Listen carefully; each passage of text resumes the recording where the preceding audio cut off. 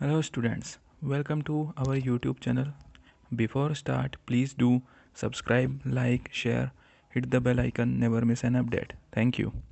So, इस video में हम बोहर्स रेडियस और ऑर्बिटल स्पीड ऑफ इलेक्ट्रॉन ये दो टॉपिक डिस्कस करेंगे. ओके. इससे प्रीवियस वीडियो में हमने बोहर के पोस्टुलेट्स देखे थे. उनमें से एक पोस्टुलेट था कि इलेक्ट्रॉन केवल उन्हीं ऑर्बिट में रिवॉल्व करता है जिनके लिए उसका एंगुलर मोमेंटम L h/2 का इंटीग्रल मल्टीपल होता है. ओके. यहाँ पर L क्या होता है? L होता है mvr is equal to NH/2. Okay. So जो एंगुलर मोमेंटम होता है वो h/2 का इंटीग्रल मल्टीपल होता है. ये बोहर्स का एक पोस्टुलेट था. ये प्रीवियस वीडियो में हमने डिस्कस कर लिया था. v को और r को मैं vn और rn से डिनोट कर रहा हूँ. क्यों? क्योंकि यहाँ पे n डिनोट कर रहा है ऑर्बिट को. ओके. ये डिपेंड करता है हम कौन सी ऑर्बिट की रेडियस निकालते हैं. ओके. जैसे अगर फर्स्ट ऑर्बिट की निकालनी है तो हम n की जगह 1 पुट कर देंगे. ओके. सेकेंड ऑर्बिट की निकालनी है तो हम n की जगह 2 पुट कर देंगे. ओके. ये एक इक्वेशन है, इक्वेशन नंबर 1. ओके. नाउ एक पोस्टुलेट हमने ये भी देखा था क्या कि F E is equal to F C. Okay. F C यहाँ पर क्या है? Centripetal force. और एफ ई यहाँ पर क्या है? Electrostatic force. Centripetal force is a necessary force for a circular motion. कोई भी ऑब्जेक्ट जब सर्कुलर मोशन करता है तब उसके सेंटर की तरफ एक फोर्स अप्लाई होता है जिसे हम क्या कहते हैं? Centripetal force. ओके. इस सेंट्रीपिटल फोर्स की हमने वैल्यू भी लिखी थी mv²/r. अगेन मैं v को vn से और r को rn से डिनोट कर रहा हूँ. ओके. और जो इलेक्ट्रोस्टैटिक फोर्स होता है इसकी वैल्यू क्या होती है?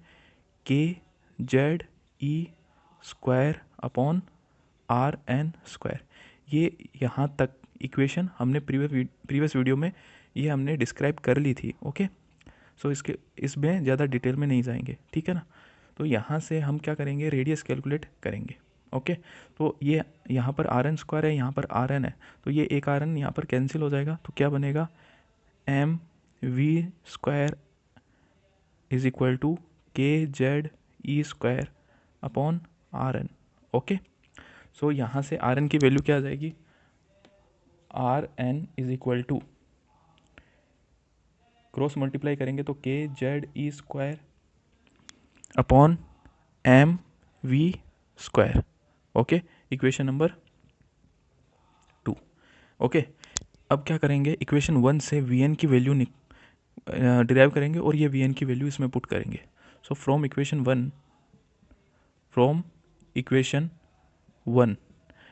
1 से vn इज इक्वल टू आ जाएगा आपका NH/2 पहले से ही है और ये m और rn. ओके. ये क्रॉस मल्टीप्लाई होके नीचे चले जाएंगे. mrn. Equation number 3. So equation 3 से vn की वैल्यू इक्वेशन 2 में पुट करेंगे. ओके. इक्वेशन 3 से vn की वैल्यू इक्वेशन 2 में. So rn is equal to kZe²/m. vn का स्क्वायर है. ओके. तो vn को ब्रैकेट में लिखेंगे NH/2πmRn का होल स्क्वायर. ओके. सो ये स्क्वायर है. ओके. सो हर एक क्वांटिटी क्या होगी? यहाँ पर स्क्वायर में होगी. ओके. और ये नीचे वाली टर्म ऊपर से ली जाएगी. तो मैं डायरेक्ट कर रहा हूँ rn is equal to kZe²/m. ये टर्म है, ये स्क्वायर होके ऊपर जाएगी तो 2 का square 4, π² m² rn² upon n² h². Okay. So यहाँ पर ये इधर rn² है और ये इधर rn है. हमें क्या चाहिए? rn चाहिए. तो ये rn एक rn यहाँ पर कैंसिल हो जाएगा. ओके. और बाकी क्वांटिटी इधर चली जाएगी. तो 1 इज इक्वल टू के की वैल्यू हम पुट कर सकते हैं 1/4πε0. Okay. Z E² pi square M square. अब देखिए यहाँ पर आर एन, ये एक आर एन यहाँ पर स्क्वायर था, ये एक आर एन कैंसिल हो गया, तो यहाँ पर केवल R N, okay, upon M N square H square, M N square H square, okay. So right hand side में हमें केवल आर एन रखना है, बाकी जितनी भी क्वांटिटी है उसको एल एच एस में ले जाओ। तो are N is equal to 4 pi epsilon naught M N square H square upon Z E square 4 pi square M square, okay. So R N is equal to आ जाएगा, ऊपर 4 पाई है, नीचे 4 है, 4 से 4 कैंसिल, पाई से 1 पाई कैंसिल हो जाएगा, ऊपर बचेगा एप्साइलन नॉट एम, एक एम ऊपर है, नीचे एम स्क्वायर, तो एम भी कैंसिल हो गया, ऊपर बचेगा N square H square, okay, upon Z E square, 4 cancel हो गया था, एक पाई बचेगा और एक एम बचेगा, ओके। इसको हम ऐसे भी लिख सकते हैं, R N is equal to epsilon naught H square upon E square pi M into N square upon Z, okay. So this is the Bohr's radius, okay. ये मैंने अलग इसको क्यों लिखा, क्योंकि epsilon naught H square E square pi और M, ये सब क्या है, ये सब कांस्टेंट क्वांटिटीज़ है। सो इन सब की वैल्यूज़ हम पुट कर लेंगे, ओके, फिर कैलकुलेट कर लेंगे। और एन क्या है, यहाँ पर वेरिएबल है, क्योंकि एन एक ऑर्बिट नंबर है, ऑर्बिट नंबर चेंज हो सकता है। फॉर एग्जांपल फर्स्ट ऑर्बिट के लिए आप रेडियस निकाल रहे हो, या सेकंड ऑर्बिट के लिए, या फिर थर्ड ऑर्बिट के लिए, तो एन यहाँ पर वेरिएबल क्वांटिटी है। और जेड क्या है, यहाँ पर जेड भी वेरिएबल क्वांटिटी है। Why, Z is the atomic number. अब हाइड्रोजन के लिए निकालना है तो जेड की वैल्यू 1 होगी, हीलियम के लिए निकालना है तो जेड की वैल्यू 2 होगी, ओके। सो ये दोनों वेरिएबल है, बाकी सब कॉन्स्टेंट है। सो इन सब कॉन्स्टेंट की वैल्यूज़ रखते हैं अब, okay.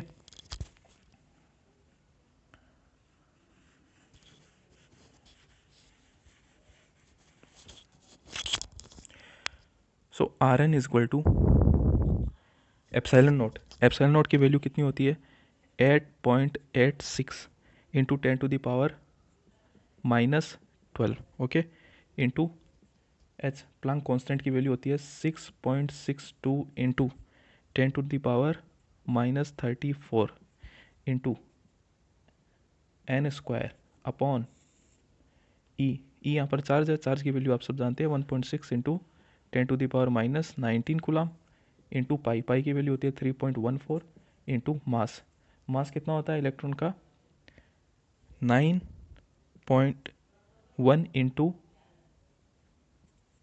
10⁻⁻31 kg, okay, into Z. तो इन सब वैल्यूज़ को अगर आप सोल्व करोगे, इनको मल्टीप्लाई करके और डिवाइड करके सोल्व करोगे, तो रिजल्ट आएगा R N is equal to 0.529 into N square upon Z, okay. ये आएगा एंगस्ट्रॉन में, ओके। एंगस्ट्रॉन का मतलब क्या होता है, 10⁻⁻10 metre, 0.529 into 10⁻⁻10 into N square upon Z metre. तो एंगस्ट्रॉन में लिखना चाहो तो ऐसे लिख सकते हैं, मीटर में लिखना चाहो तो 10⁻⁻10 मीटर। ये आएगी आपकी बोहर्स रेडियस।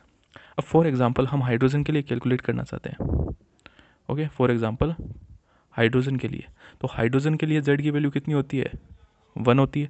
और मान लो हम फर्स्ट ऑर्बिट के लिए कैलकुलेट करना चाहते हैं, तो एन की वैल्यू क्या होगी, 1 होगी। तो आर एन कितना आ जाएगा, यहाँ पर एन की वैल्यू 1, सो 1 का स्क्वायर 1 और नीचे भी 1, 1/1 होता है, तो 0.529 angstrom, okay. This is the, यहाँ पे भी एन की जगह 1 आ गया ना, N R1।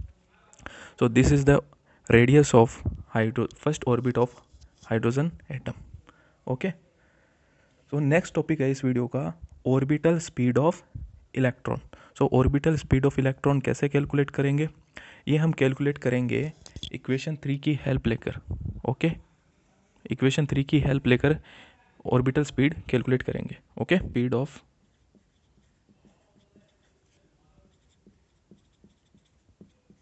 Electron,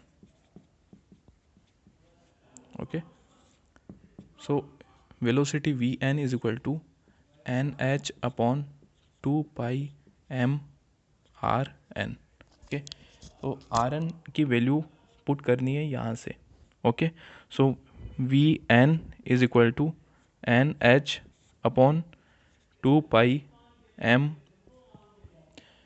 epsilon naught H square n square upon ई square pi M into z. Okay, so यहाँ पर ऊपर एन है और नीचे एन स्क्वायर है, तो नीचे एक एन बचेगा, और ऊपर एच है, नीचे एच स्क्वायर है, तो नीचे एक एच बचेगा, और ये बाकी टर्म ऊपर चली जाएगी। So V N is equal to E square pi M Z upon 2 pi M epsilon naught N H. Okay, तो अब यहाँ पर देखिए z और n केवल ये दो क्वांटिटी वेरिएबल है, बाकी सारी क्वांटिटी कांस्टेंट है। e कांस्टेंट होता है, पाई कांस्टेंट है, मास कांस्टेंट है। ओके, और h मास से मास तो कैंसिल हो गया, तो vn क्या बचा, vn is equal to pi e square z upon, pi से पाई भी कैंसिल हो रहा है, तो 2 epsilon naught h n. Okay, इन सब की वैल्यूज पुट करेंगे, जो कांस्टेंट है v N is equal to e. E की होती है 1.6 इंटू 10⁻⁻19 का whole square z upon 2 epsilon naught. Epsilon naught की वैल्यू क्या होती है, एप्सिलॉन नोट की वैल्यू होती है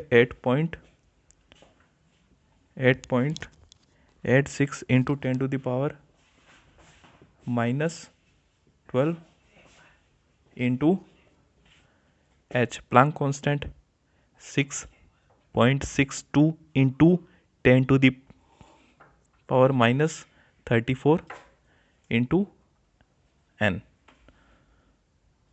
so V N is equal to, इन सब कांस्टेंट को सोल्व करोगे यहाँ पे स्क्वायर करके और डिवाइड करके, तो आंसर आएगा 2.1 into 10⁻6 into Z upon N, और इसकी यूनिट आएगी metre per second. So this is the orbital speed of electron. Okay, where z is the atomic number and n is the orbital the जो भी आप orbit की आप velocity निकालना चाहते हो उस ऑर्बिट का नंबर है n यहाँ पर। ओके, सो फॉर एग्जांपल जैसे हम हाइड्रोजन के लिए कैलकुलेट करना चाहें, तो for hydrogen velocity first orbit की निकाल रहे हैं, तो v1 आ जाएगा 2.1 इंटू 10⁻6, 2.1 इंटू 10⁻6 इंटू जेड की वैल्यू 1 एंड एन की value 1, 1/1 metre per second. So v is equal to 2.1 into 10⁻6 metre per second. So this is the velocity of electron of first orbit in hydrogen atom. Okay, so ये दो topic हो गए हैं जिनमें हमने आज study किया है बोहर्स रेडियस। ओके, और सेकंड किया है हमने orbital speed of electron. Okay, next हम पढ़ेंगे energy of electron. So students, अगर आपको वीडियो अच्छा लगा है तो इसे लाइक करें, अपने फ्रेंड्स के साथ शेयर करें और सब्सक्राइब करें। Thank you.